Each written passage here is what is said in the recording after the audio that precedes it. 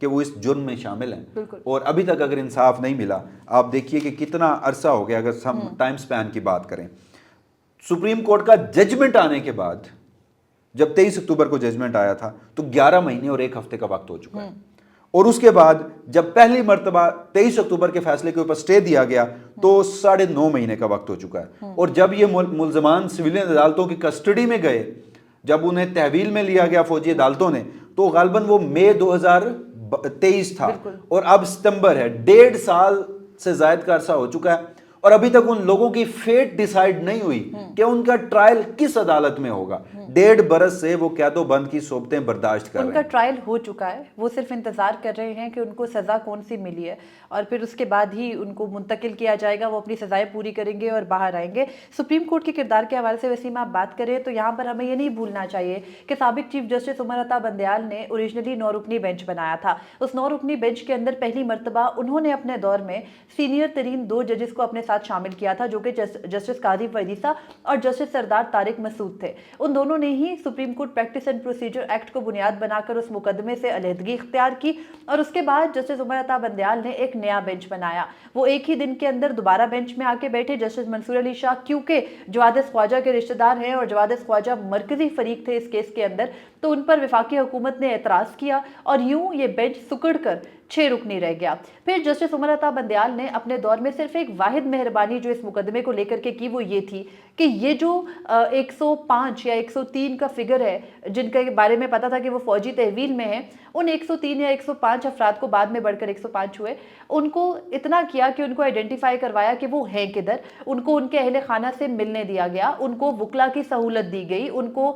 کھانے کی اور پینے کی اور وہاں جو بھی کسی قیدی کی سہولیات ہوتی ہیں وہ سپریم کورٹ کے توسط سے ملی. لیکن جسٹس عمر عطا بندیال بطور چیف جسٹس ایک بزدل چیف جسٹس رہے ہیں. انہوں نے اپنے دور میں سویلینز کا فوجی عدالتوں میں ٹرائل کالعدم قرار نہیں دیا, لیکن انہی کے ہی بقیہ بینچ نے 23 اکتوبر 2023 کو ایک ہی سماعت کی, جو کہ تقریباً 1.5 ماہ کے عرصے کے بعد سماعت تھی. پہلے جسٹس بندیال بینچ کو ہیڈ کر رہے تھے. جسٹس اعجاز الاحسن کی سربراہی میں 5 رکنی بینچ نے 23 اکتوبر 2023 کو نہ صرف سویلینز کا فوجی عدالتوں میں ٹرائل کالعدم قرار دیا, بلکہ وہ تمام شکے جو آرمی ایکٹ کی ہیں جن کی وجہ سے سویلینز کسی بھی طرح فوجی جو قانون ہے اس کے اندر اس دائرے میں جاتے ہیں, ان شکوں کو بھی کالعدم قرار دے دیا, آئین سے متصادم قرار دیتے ہوئے. یہاں پر میں یہ چاہتا ہوں کہ ہم 23 اکتوبر کے دن کو ضرور ڈسکس کریں